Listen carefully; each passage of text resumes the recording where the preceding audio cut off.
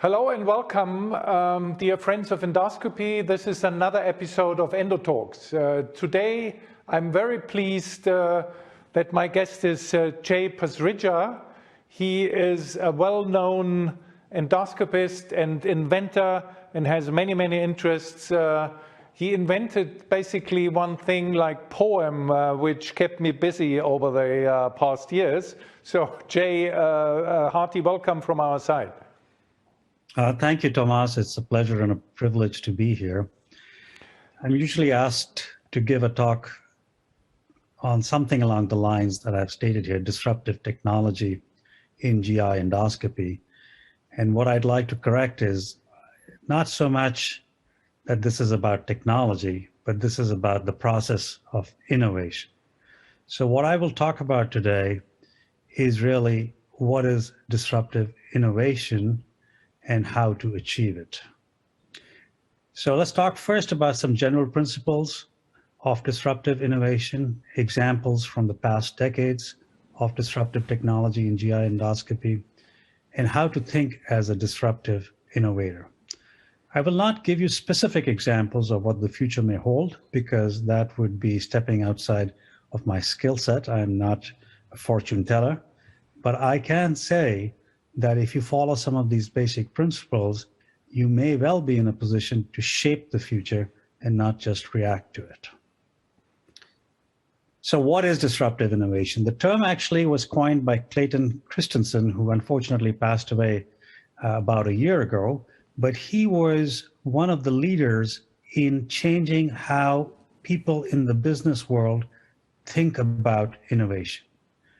He defined disruptive innovation as an innovation that transforms the field. And how does it do so? It does it because of the following attributes: simplicity, convenience, accessibility, and affordability. Now let's think about that for a moment, because when many of you who are interested in coming up with new ideas and technologies, you should focus on these more than the seductive complexity of the technology itself. So disruptive innovations are not breakthrough technologies that make good products better. Remember that. This is not an improvement on the mousetrap. This is something that transforms the field.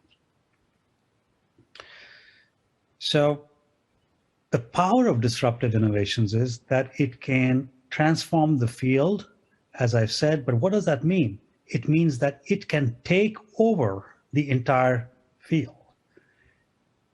And initially, that innovation may be formed in a niche market, as Christensen said, that could appear unattractive or inconsequential to most people in the industry. And there are many examples of that in endoscopy where the big players have said, no, I don't think this is going to work, and I'm not interested. Let's take an example of disruptive technology. On the left is the IBM computer back in the early 1980s. It cost $200,000 and required an engineer to operate. And on the right, as you know, is the first Mac computer introduced by Steve Jobs. It was sold, actually it's not $6,000, it's $666.66. And it was sold as a toy for children. And the IBMs of this world ignored this, and this is for kids. It's too simple. It's just not going to have any traction. But as they say, the rest is history. Now let's come back to endoscopy. A little bit of a quiz. Which of these endoscopic innovations are truly disruptive? Let's start with the first question. Plastic biliary stents or self-expanding metal stents? What do you think the answer is? Well, the answer is plastic biliary stents. Even though self-expanding metal stents have taken over the market, the concept that you could use a simple endoscopic approach to achieve biliary drainage and eliminate the need of surgery was what was truly disruptive. So metal stents are an improvement over plastic stents, but they were not the disruptive force that plastic biliary stents represented. Let's give some other examples of disruptive innovation. Percutaneous endoscopic gastrostomy is a classic example of disruptive innovation. It allowed less skilled persons, endoscopists or radiologists, to do what at that time only surgeons could do. It had less adverse effects, shifted the procedure out of the OR, became less expensive, and of course it became a day procedure and was much more convenient for patients and family. Let's go back to some other questions. Which of these is truly disruptive? Laparoscopic cholecystectomy or EUS guided biliary drainage? And the answer is neither. You're still taking out the gallbladder. You're just taking it out by other means, or instead of doing percutaneous biliary drainage, you're using EUS to guide the biliary drainage. But neither of these will be considered truly disruptive according to Christensen's definition. So the disruptive approach for endoscopy boils down to this: substitute complex procedures with simpler ones, not simply reproduce complex ones by another route. Let's give you some more examples. Endoscopic procedures like variceal ligation replace the need for a portosystemic shunt. High-grade dysplasia ablation eliminated the need for esophagectomy. These are simpler procedures that took care of the problem, but eliminated the need for complex surgeries. Now, what we need to understand in the context of introducing innovation is that it all depends on the skill sets of practitioners. So let's say on the y-axis is a quantification of the skill set of the doctor. The skill set of the general GI doctor in the community is expected to be less than a therapeutic endoscopist in an academic medical center like yourself, Tomas. And on the x-axis is the disruptive potential of new technology. Now, if you're targeting innovations for the therapeutic endoscopist, their skill set is very high, and you will come up with new tools to do what they are already doing. It will make their job easier, but it's not going to be considered disruptive. On the other hand, if you target the general GI doctor with a modest or a more modest skill set, and you come up with new tools to do what they were not previously doing, that is truly disruptive, and so has a much higher potential for disruption. So how do you think? How do you shape yourself or mold yourself into a disruptive innovator? There are some principles that I have followed, and I have learned from the examples of others. First, find and refine the true unmet need without thinking of the solution first. This is a common mistake. In other words, find the nail before you invent the hammer. If there's one message that you need to learn from this, this is it. Others, do not be limited by defining yourself as an endoscopist. The moment you do that, you have bracketed yourself, but more importantly, you have bracketed your thinking. What you want to do as a true disruptor is to find the best solution, and it may not necessarily be the best endoscopic solution. Understand, as I've said, that the higher the skill level of the practitioner, the lower the impact in terms of the numbers of patients that can be helped by your innovation. And finally, expand the pie, not slice it into smaller pieces. What do I mean by that? Expanding the pie.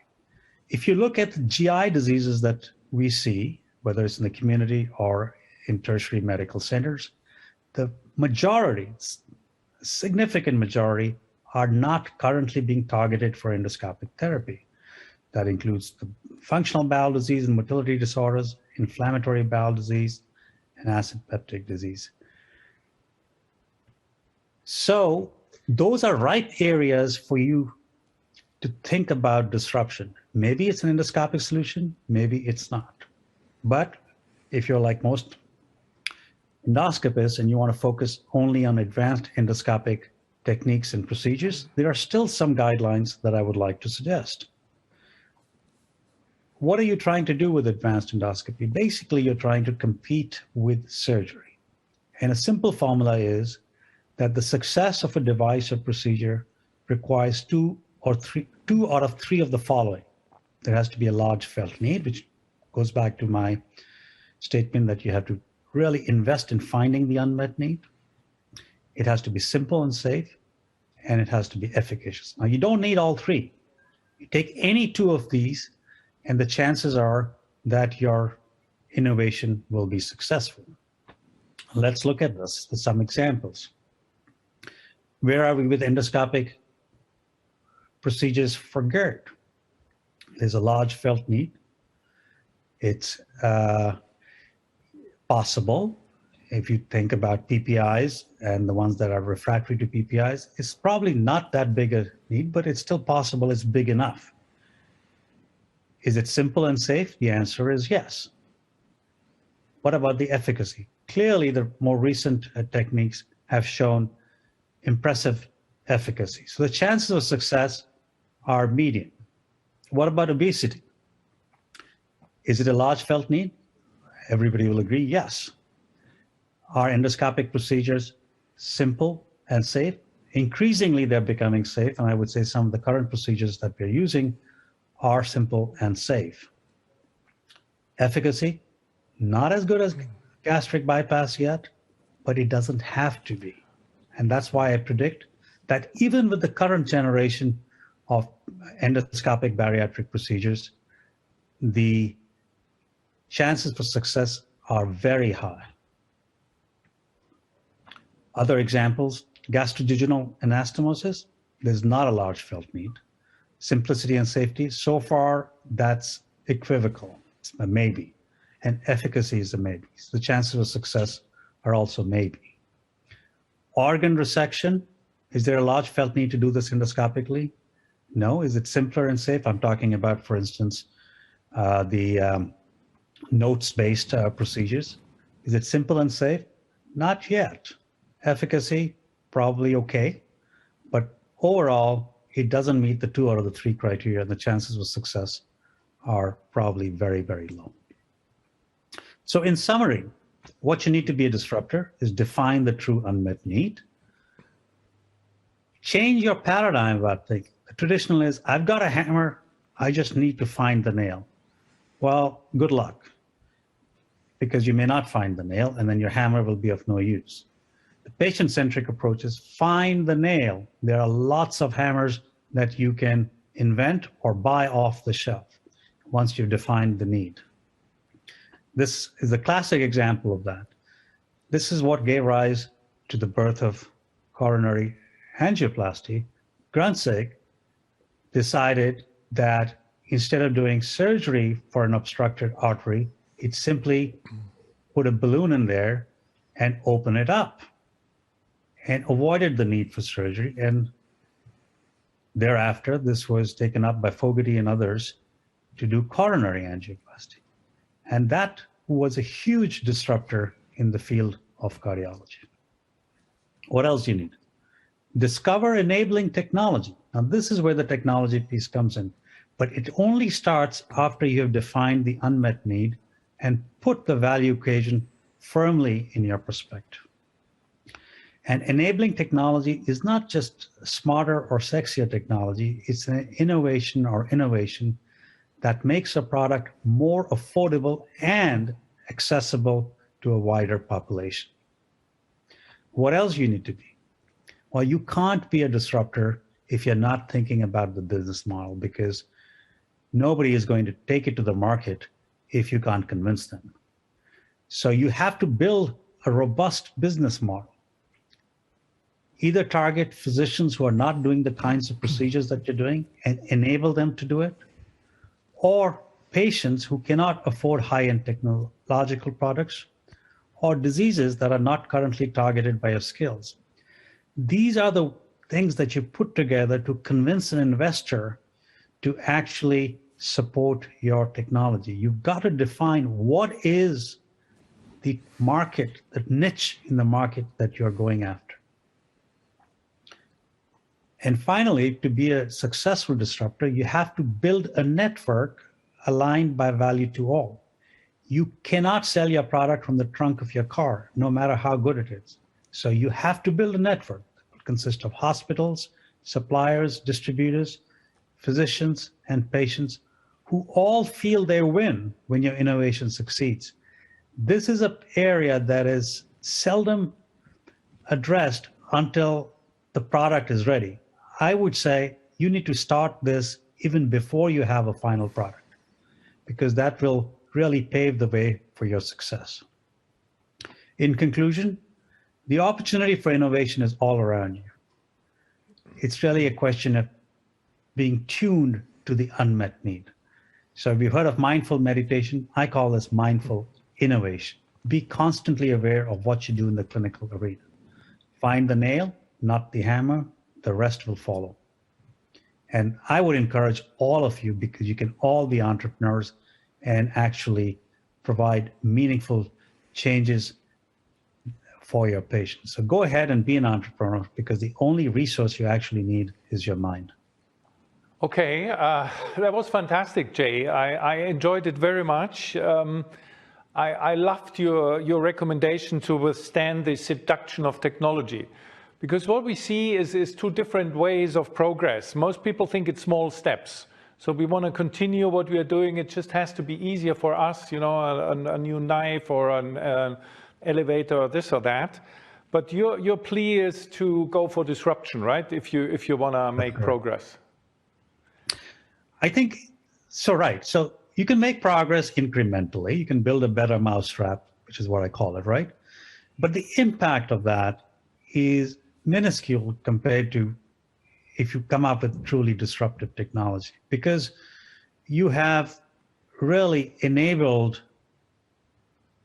many more patients to benefit from it, and you have enabled many more practitioners to actually disseminate that technology.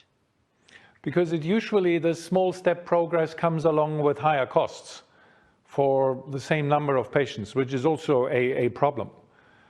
Yeah, and it suits, sorry, Thomas. No, it's fine. It suits the, or at least it suits a lot of the entrenched industry, because for them it's all about pipeline development, right? And it's like your smartphone. Every year there is a new version, but you look at it, you buy it, but your life hasn't changed anymore. Your life did change perhaps if you bought the first iPhone by Apple, because it was completely different.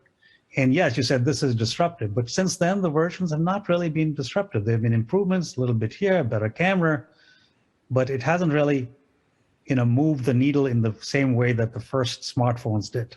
Well, here maybe the disruptive aspect initially was that it was combined with a camera, which nobody was thinking of, because people were buying cameras separately. Yeah, it was cameras, but think about what smartphones have enabled, right? The entire social media revolution would not have happened if people didn't have access to the internet in the palm of their hand. Absolutely. I was very interested to see your grading, and for the obesity therapy, your assessment of efficacy was no. So if we are no, as no in comparison to the gold standard, gastric bypass. Yes, it's but not it's maybe temporary, etc. So can number 3 be finally in the way, because you at the end decide it's maybe simple and it's available and there are needs, but it's you know, it's only temporary? Or how? Yeah. How so my point is, sorry, go ahead. How will we get out here? My point is, the third is not important. If you get 2 or 3, success is likely.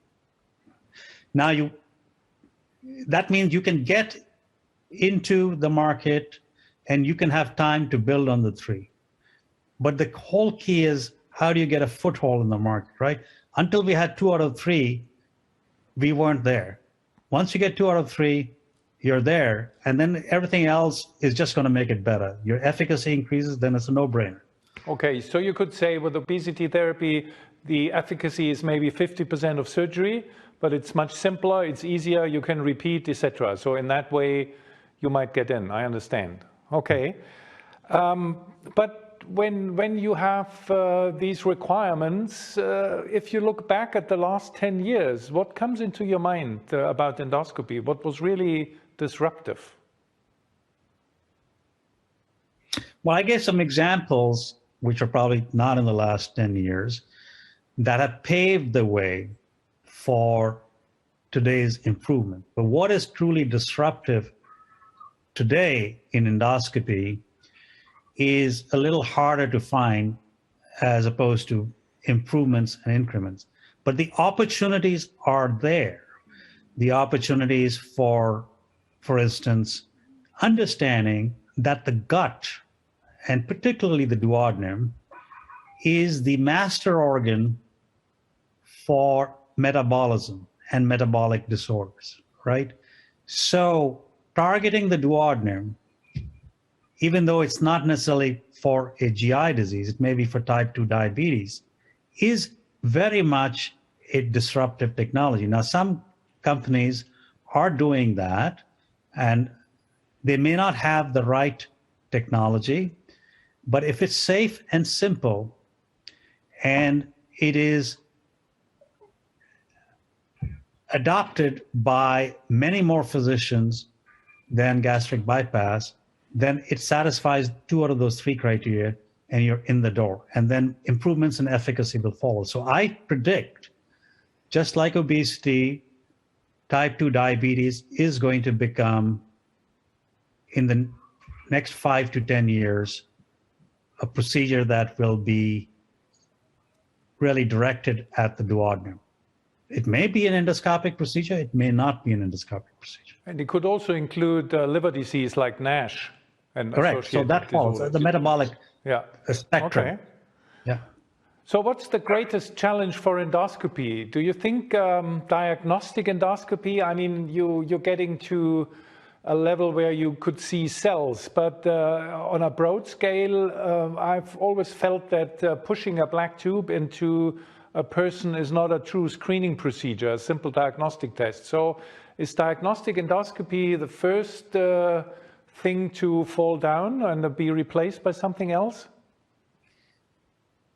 I think diagnostic endoscopy is limited in many ways. I think that the way we practice it today, at least, is limited in many ways. The technologies on the shelf, the hammers, what I call, are there. And it's really a question of finding the nail, because, as you said, pushing a black tube under sedation just to do an upper endoscopy is not rational anymore. There are so many better ways to do it and so many technologies that allow you to do it. The problem in this case is, how do you disrupt the existing market forces? How do you change the feel so that every endoscopist who is currently tied to the supplier of a major endoscope platform starts thinking differently and says, I do not want to be tethered to that platform anymore. I can do this with a capsule that is much better than existing capsules. It's possible to do that. But these are forces that are very entrenched, because the physician's incentive is tied to pushing that black tube. Industry's incentive is tied to making that black tube. And so you come up with something safe, simple, and cheap. It may not be as effective, but if you can get it to some remote village in some part of the world, and you can start with that, it's going to take over the rest of the field in a very short time. So that's where I think, if you really want to make a difference in diagnostic endoscopy, find the unmet need. The unmet need is not going to be in the Munichs or the Baltimores of this world. The unmet need is going to be where even that black tube does not exist. And that's how you disrupt. That's how you start. I gave you the example of the Apple computer. Started it for children. Okay. Well, as a final question, you have spent your whole life with innovation. What was your impression? There are a lot of obstacles. Was it more our colleagues saying, "Oh, we are perfect and we don't need anything," or is it the system, the industry, the healthcare system, or is it both? So, what's your feeling over the years and decades? I think it's many factors, Tomas. One is what you said. There's a powerful interest. There are powerful interest groups in terms of how physicians are reimbursed, how products are sold. But there's a mindset. One of the mindsets that we have as gastroenterologists is complacency. We've been paid very handsomely for doing relatively simple procedures.